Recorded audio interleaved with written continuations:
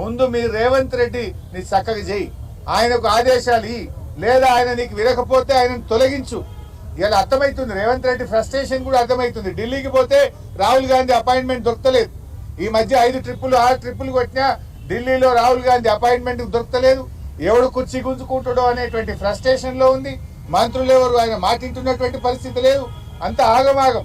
ఆ ఫ్రస్ట్రేషన్ లో ఒక సాడిస్టిక్ ప్రెషర్ లో ఇవాళ పాలన కొనసాగిస్తున్నాడు. ఆయన ప్రజలకు ప్రభుత్వం పాలన మీద దృష్టి లేదు. ఎంతసేపు ఎక్కడ డబ్బులు సంపాదించాలి, ఎక్కడ ప్రతిపక్షాల మీద అక్రమ కేసులు పెట్టాలి, ఎక్కడ ప్రతిపక్షాలను వేధించాలి, దీని మీద ఇవాళ రేవంత్ రెడ్డి గారు పనిచేస్తున్నారు తప్ప అసలు పాలన ఇవాళ గాలికి వదిలేసిండ్రు.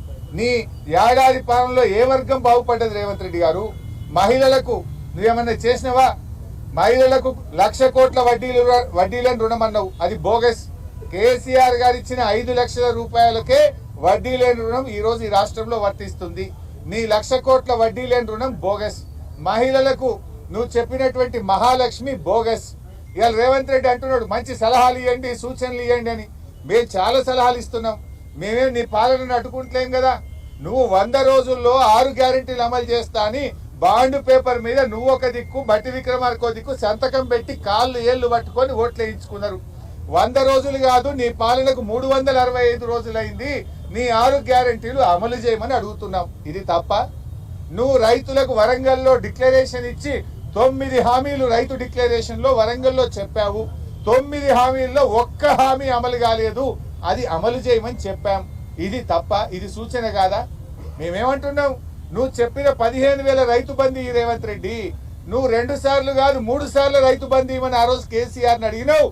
3 సార్లు రైతు బంధు రేవంత్ రెడ్డి అన్నాం. ఇదేమన్నా నిన్ను అడ్డుకుంటున్నావా? నువ్వు అడిగిన మాటలే నీకు యాద్ చేస్తున్నాం, నువ్వు చెప్పిన మాటలే నీకు గుర్తు చేస్తున్నాం. అవ్వా తాతలకు 4,000 పింఛన్ ఇస్తా, ఇందిరమ్మ రాజ్యం వస్తుంది అన్నావు. 4,000 పింఛన్ ఎప్పుడు ఇస్తావు రేవంత్ రెడ్డి గారు అని నేను గుర్తు చేస్తా ఉన్నాం. ఇది తప్ప? అరే మూసీలో పేదల ఇల్లు కూలగొట్టకు, హైడ్రా పేరిట గరీబోళ్ళ ఇల్లు కూలగొట్టకు రేవంత్ రెడ్డి అన్నాం. ఇది సూచన కాదా? మూసీ మీద అఖిలపక్షం పిలువు, మేము వచ్చి నీకు సూచనలు ఇవ్వడానికి రెడీగా ఉన్నామని చెప్పినాం. అఖిలపక్షం పిలిచే ముఖం నీకు లేకపోయే, నువ్వు అఖిలపక్షం పిలవకపోతివి. ఇది సూచన కాదా? సూచనలు తీసుకునే సోయి నీకు లేదు, ఆ విజ్ఞత నీకు లేదు. ముఖ్యమంత్రిగా నువ్వు బిహేవ్ చేయడం లేదు. ఒక గల్లీ నాయకుడిలాగా, ఒక ముఠా నాయకుడిలాగా, ఒక ఫ్రాక్షనిస్ట్ లాగా, ఒక కక్షతో పగతో ప్రతిపక్షాల మీద నువ్వు వ్యవహరిస్తా ఉన్నావు. కాంగ్రెస్ ఇలా ఏమైంది? చట్టం కాంగ్రెస్ పార్టీ చుట్టమైపోయింది రాష్ట్రంలో. చట్టాన్ని విచ్చలవిడిగా నీ యొక్క దానికోసం వాడుకుంటున్నావు. ఇవాళ మమ్మల్ని పోలీస్ స్టేషన్ తెచ్చినావు. ఇక్కడ బాధ కానిస్టేబుల్ కానీ ఇక్కడ అందరూ బాధపడుతున్నారు. ఏమంటున్నారు హోంగార్డులు? నేను అధికారంలో వస్తే 3 నెలల్లో హోంగార్డులను పర్మనెంట్ చేస్తా, రెగ్యులరైజ్ చేస్తా అన్నావు. సార్ हमारे तरफ पलट के भी नहीं देख रहा रेवंत रेड्डी, जब तो बोला 3 महीने में रेगुलराइज करते बोल के बोला, लेकिन हमारे तरफ पलट के भी नहीं देख रहा रेवंत रेड्डी అని హోంగార్డులు వాపోతా ఉన్నారు. మా కానిస్టేబుళ్లకు రావాల్సిన 4 సరెండర్ లీవ్ పైసలు పెండింగ్ లో ఉన్నాయి.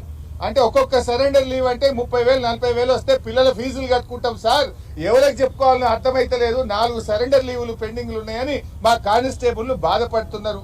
ఇవాళ పోలీసులకు రావాల్సిన టీఏ ట్రావెలింగ్ అలవెన్స్ కేసీఆర్ గారు 15 రోజులు ఇస్తే నువ్వు 7 రోజులకు తగ్గించినావు.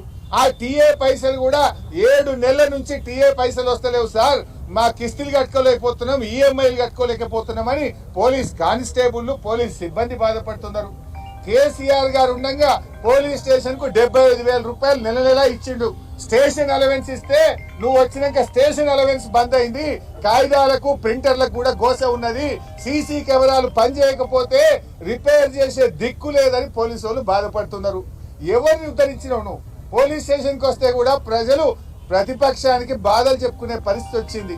రైతుల దగ్గరికి పోతే మద్దతు ధర లేదు, పత్తిని మద్దతు ధరకు కొనే దిక్కు లేదు, నువ్వు చెప్పిన బోనస్ రాదు, రైతు రుణమాఫీ రాదు, రైతు బంధు పడకపాయే, అవ్వా తాతలకు 2 నెలల పింఛన్ ఎగ్గొట్టివి. కష్టాలు తప్ప నీ పాలనలో చేసింది ఏంది? అసలు నువ్వు ఎప్పుడన్నా ఒక్క రోజన్నా శాసనసభలో మమ్మల్ని మాట్లాడించినవా? ఇవాళ ఒక మంచి సూచనలు ఇస్తామంటే వినే ఓపిక ఉన్నదా? నేను రేవంత్ రెడ్డిని అడుగుతున్నా, నువ్వు ఏడాదిగా ఎన్నో ఉపన్యాసాలు చేసినావు. ఏ ఉపన్యాసంలోనైనా కేసీఆర్ పేరెత్తకుండా నువ్వు స్పీచ్ ఇచ్చినావే? ఒక ముఖ్యమంత్రిగా ప్రజల గురించో ఒక పాలసీ గురించో ఒక అభివృద్ధి గురించో ఎప్పుడన్నా మాట్లాడినావా? నువ్వు నోరెత్తితే పేగులు మెడలేసుకే తిరుగుతా, గోటీలాడతా, లాగులో తొండలు జొరగొడతా, పిచ్చి బూతులు తప్పని ఒక చక్కటి మాట మాట్లాడినావా? కేసీఆర్ పేరెత్తకుండా నువ్వు ఏదైనా ఉపన్యాసం ఇచ్చినావా? నీ నిద్రల కళల కూడా నీ కేసీఆర్ కనబడుతున్నాడు. నువ్వు ఒక ముఖ్యమంత్రిగా మర్యాదగా మాట్లాడితే, పాలసీ గురించి మాట్లాడితే, నువ్వు పద్ధతిగా వ్యవహరిస్తే ప్రతిపక్షంగా మేము నిర్మాణాత్మక పాత్ర పోషిస్తాం. ఇవాళ మా కౌశిక్ రెడ్డి గారిని ఎందుకు అరెస్ట్ చేసినావు? ఉదయం 9 గంటలకు మమ్మల్ని అరెస్ట్ చేశారు. ఇప్పుడు రాత్రి 9 అవుతుంది. 12 గంటలు మమ్మల్ని ఇవాళ పోలీస్ స్టేషన్ లో పెట్టారు. కౌశిక్ రెడ్డి గారిని ఎందుకు మీరు బెయిల్ ఇవ్వట్లేదు?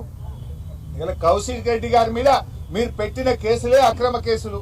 పోలీస్ స్టేషన్ ఏమన్నా ప్రైవేట్ ప్రాపర్టీయా?